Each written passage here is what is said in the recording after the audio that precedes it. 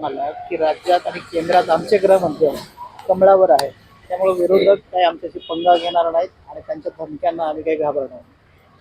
आम्ही कोणाला धमक्या देतच नाही ना. आमचं ते नेचरच नाही कोणाला धमक्या द्यायचं करायचं. आमचं नेचर हे आहे की कोणी अंगावर आलं तर त्याला शिंगावर घ्यायचं नेचर आहे आमचं. आम्ही कोणाला धमक्या गिमक्या देत नाहीत.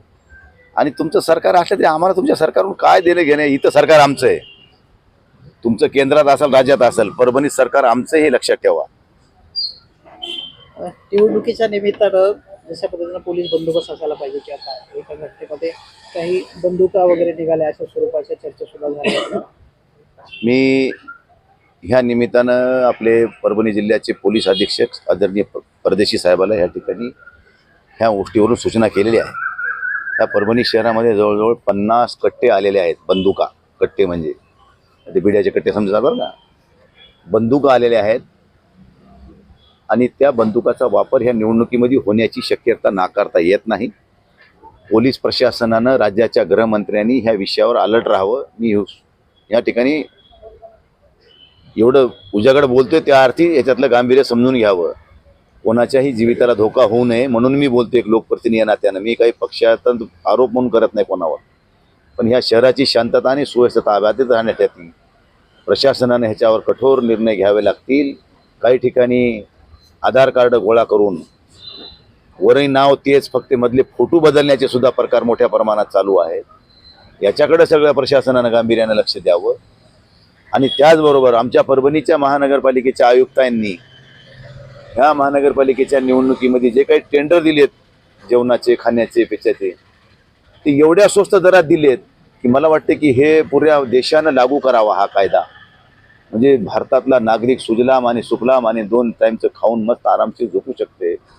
कारण 10 पैशामध्ये ह्या ठिकाणी हे आलूवडा देणार आहेत. 10 पैशात बापू. चहा देणार 10 पैशात. करा तुम्ही जरा, तुम्हाला टेंडर नोटीस दाखवतो जरा, थांबा थोड्या वेळात. म्हणून ही जरा ह्याची सखोल चौकशी झाली पाहिजे. ह्याच्या मागचं राज्य काय, राज काय.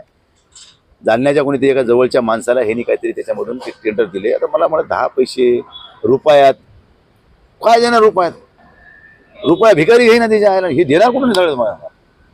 अशा परिस्थितीत हा परभणीतला सगळा बाजार का सगळ्यांनी मिळून मांडलाय का, त्याच्यामध्ये पालकमंत्री बी सहभागी आहेत का, असं मला कधी कधी वाटतं. कारण प्रशासनाची एवढी हिंमत कशी पालकमंत्र्याच्या माघारी जाऊन एवढ्या सगळ्या गोष्टी करायची. परभणीत एवढाले कट्टे येतात म्हणल्यावर पालकमंत्र्यांनी काय करायला पाहिजे होतं. दक्षता घेऊ नये.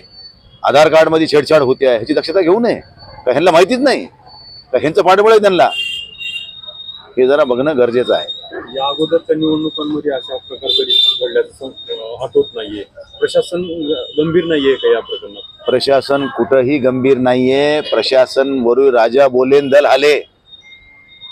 डेप्टी सीएम कडून फोन आला तरच प्रशासनानं हालायचं, नाही तर उगा डोळे जपून गप्प बसायचं. आता तुम्ही बघितलं असेल प्रभाग क्रमांक 4 मध्ये 4 दिवसापूर्वी भांडणं झाले राष्ट्रवादीच्या आणि भाजपच्या उमेदवारामध्ये. त्या ठिकाणी सुद्धा एक कट्टा निघाला पण त्याला बाजूला सारण्याचं काम प्रशासनाने केलं. दोघांच्या भांडणात नुसती नावाला पोलीस स्टेशनला एंट्री घेतली आहे. म्हणजे मला सांगा, एरवी कुठले भांडणं झाल्यावर पोलीस प्रशासन फिर्यादी कुणी तयार होत नसेल तर पोलीस फिर्यादी होतो आणि त्या ठिकाणी दोन्ही पार्ट्याला आणून मध्ये घालतो. पण ह्या ठिकाणी प्रशासनानं त्याला बगल देऊन नुसती NC दाखल करून त्यांना मोकळं केलंय. म्हणजे प्रशासन हे पुरेपूर सत्ताधाऱ्याच्या इशाऱ्यावर नाचायला लागले. नाचणाऱ्या बाया सुद्धा पैशासाठी नाचत्यात, पोटासाठी नाचत्यात.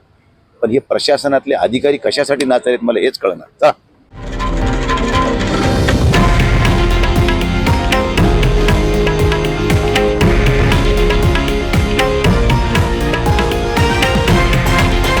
हे आहे देशातील नंबर 1 न्यूज नेटवर्क आणि आपण पाहत आहात TV9 मराठी, एकमेव.